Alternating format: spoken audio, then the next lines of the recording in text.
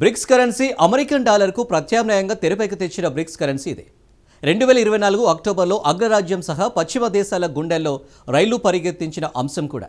రష్యాలో జరిగిన సదస్సులో బ్రిక్స్ పేను ప్రపంచానికి పరిచయం చేశారు. ఇక మిగిలింది డాలర్కు ఆల్టర్నేట్ కరెన్సీ తేవడం ఒకటే బ్యాలెన్స్. ఇక్కడే ట్రంప్ సీన్లోకి వచ్చారు. డాలర్కు ప్రత్యామ్నాయ కరెన్సీ తెస్తే 100% పన్నులు తప్పవని హెచ్చరించారు. అది ఇండియా అయినా సరే వెనక్కి తగ్గనని తేల్చి చెప్పారు. కట్ చేస్తే జైశంకర్ డాలరైజేషన్పై క్లారిటీ ఇచ్చారు. ఇంతకు డాలరైజేషన్పై డొనాల్డ్ ట్రంప్కు జైశంకర్ ఇచ్చిన క్లారిటీ ఏంటి? ఏప్రిల్ 2 నుంచి టారిఫ్స్ తప్పవన్న సమయంలోనే ఎందుకు క్లారిటీ ఇచ్చారు? Let's watch.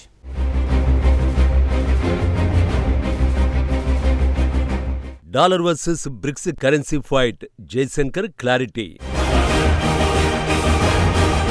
డీడాలరైజేషన్లో ఇండియా జోక్యం లేదని స్పష్టం. ట్రంప్ 100% టారిఫ్స్లో నెక్స్ట్ ఏంటి? అమెరికా అధ్యక్షుడిగా ట్రంప్ ప్రమాణ స్వీకారం చేసిన దగ్గర నుంచి బ్రిక్స్ దేశాన్ని టార్గెట్ చేస్తూనే ఉన్నారు. అమెరికా డాలర్ విలువను తగ్గించడానికి ప్రయత్నాలు చేస్తే కఠిన చర్యలు తప్పవని, బ్రిక్స్ కూటమి దేశాలపై 100% సుంకాలు విధిస్తానని పలుమార్లు తేల్చి చెప్పేశారు. ఇతర దేశాలు కొత్త బ్రిక్స్ కరెన్సీని సృష్టించలేవు. శక్తివంతమైన యుఎస్ డాలర్ను భర్తీ చేయడం సాధ్యం కాదు. ఇలాంటి ప్రయత్నాలు జరిగితే 100% టారిఫ్స్ ఎదుర్కోవలసి ఉంటుందని హెచ్చరిస్తున్నారు. కానీ ట్రంప్ పదే పదే బ్రిక్స్ దేశాలను ఎందుకు టార్గెట్ చేస్తున్నారు?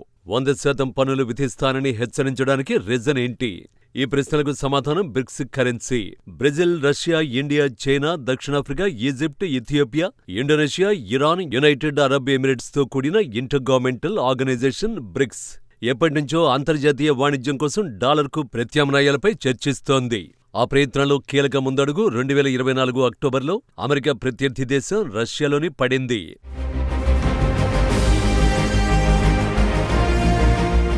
వెస్టర్న్ కంట్రీ డామినేషన్తో నడుస్తున్న స్విఫ్ట్కు చెక్ పెట్టే మాస్టర్ కార్డు ఇది. 2024 బ్రిక్స్ సమిట్లో 500 రూపాయల డిజిటల్ కార్డుని ఈ సిస్టంతో ప్రయోగాత్మకంగా పరిశీలించారు. ఈ కార్డు దశాబ్దాల డాలర్ డామినేషన్ కి చెక్ పెడుతుందని విశ్లేషకులు అభిప్రాయపడ్డారు.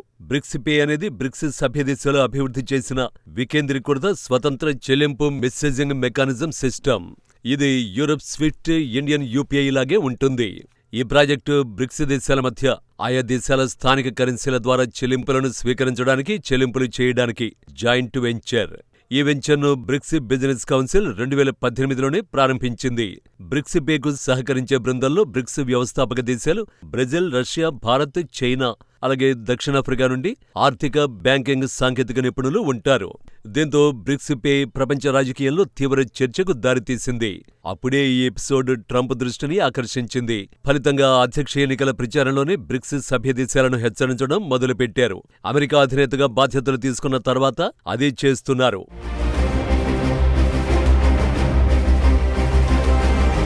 ట్రంప్ ప్రస్తుతం టారిఫ్స్ మోడ్లో ఉన్నాడు.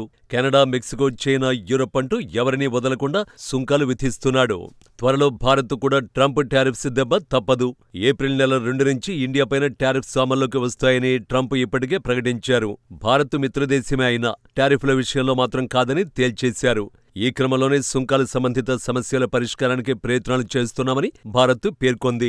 ఇరువురికి ప్రయోజనకరమైన వాణిజ్య ఒప్పందం కోసం ఓ ఫ్రేమ్వర్క్ రూపకల్పనకు అమెరికాతో సంప్రదింపులు చేస్తున్నామని తెలిపింది.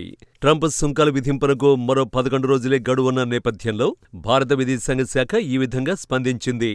అయితే ట్రంప్ హెచ్చరికలకు అనుగుణంగా భారత్ టారిఫ్లు తగ్గిస్తుందా అన్న ప్రశ్నకు మాత్రం విదేశాంగ శాఖ సమాధానం ఇవ్వలేదు. కట్ చేస్తే ట్రంప్ను కూల్చేసే సంచలన ప్రకటన చేశారు జైశంకర్. డాలర్కు ఆల్టర్నేట్ కరెన్సీ విషయంలో భారత్ జోక్యం లేదన్నదే ఆ కీలక ప్రకటన. డీడాలరైజేషన్ ప్రయత్నాల్లో తమ జోక్యం లేదని స్పష్టం చేశారు. ఇది ఖచ్చితంగా ట్రంప్ను కూల్చేసే ప్రకటనే. ఎందుకంటే డాలర్కు ప్రత్యామ్నాయ కరెన్సీ వస్తే జరిగేదేంటో అమెరికా అధినేతకు తెలుసు.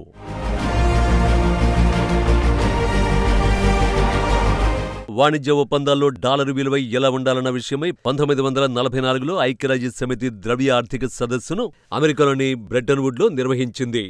ఈ భేటీలో 44 దేశాలు పాల్గొన్నాయి. ఈ సదస్సులో అంతర్జాతీయంగా బంగారం ధరలని డాలర్ విలువకు జత చేస్తూ ఒప్పందం చేసుకున్నాయి. డాలర్ ప్రపంచ ప్రాథమిక రిజర్వ్ కరెన్సీగా చలామణిలోకి రావడానికి ఇది వీలు కల్పించింది. ఈ విధంగా అంతర్జాతీయ ఆర్థిక రంగంలో డాలర్ యుగం మొదలైంది. America central bank federal reserve ప్రకారం 1999-2019 మధ్య అంతర్జాతీయ వాణిజ్యంలో డాలర్ ఎక్కువగా వాడారు. ఆసియా పెసిఫిక్ ప్రాంతంలో మొత్తం వినియోగంలో 74% వాణిజ్యానికి, ప్రపంచంలోని ఇతర ప్రాంతాల్లో 79% ఉంది. బ్రిక్స్ అత్యంత వేగంగా అభివృద్ధి చెందుతున్న ఆర్థిక వ్యవస్థ. ఇలాంటి పరిస్థితుల్లో బ్రిక్స్ కరెన్సీతో డాలర్ ఖచ్చితంగా దెబ్బతింటుంది. అది తెలుసు కాబట్టే డొనాల్డ్ ట్రంప్ 100% టారిఫ్స్ అంటూ బ్రిక్స్ దేశాలపై యుద్ధాన్ని ప్రకటించారు. టారిఫ్ల విషయంలో ట్రంప్ను కాస్త కూల్ చేసేలా జైశంకర్ వివరణ ఇచ్చారు. కానీ డాలర్కు ప్రత్యామ్నాయ కరెన్సీ ప్రయత్నాలు ఆగిపోతాయన్న గ్యారంటీ అయితే లేదు. ఎందుకంటే ఈ విషయంలో పుతిన్ ఫుల్ క్లారిటీతో ఉన్నారు.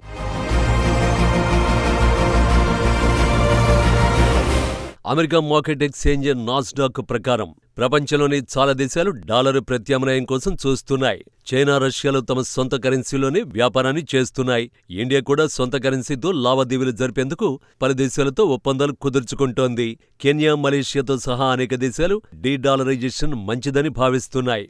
ఎందుకంటే వారు ఆర్థికంగా అనేక ప్రయోజనాలు పొందుతారు. పైగా అమెరికా సహా యూరోపియన్ దేశాలు చాలా విషయాల కోసం బ్రిక్స్ దేశాలపైనే ఆధారపడుతున్నాయి. బ్రిక్స్ కూటమి $60 ట్రిలియన్ పైగా ఆర్థిక వ్యవస్థ అని 2024 సమ్మిట్లో పుతిన్ తెలిపారు. అమెరికా 29, యూరోపియన్ దేశాల మొత్తం ఆర్థిక వ్యవస్థ $19.35 ట్రిలియన్ ఉంది.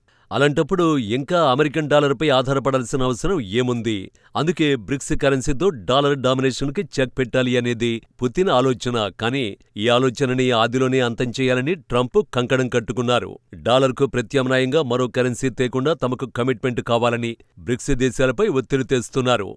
ఇప్పటి వరకు భారత్ మాత్రమే డాలర్కు ఆల్టర్నేట్ కరెన్సీ ఎపిసోడ్లో తమ జోక్యం లేదని క్లారిటీ ఇచ్చింది. మిగిలిన దేశాలు ఇవ్వలేదు, ఇచ్చే అవకాశం కూడా లేదు.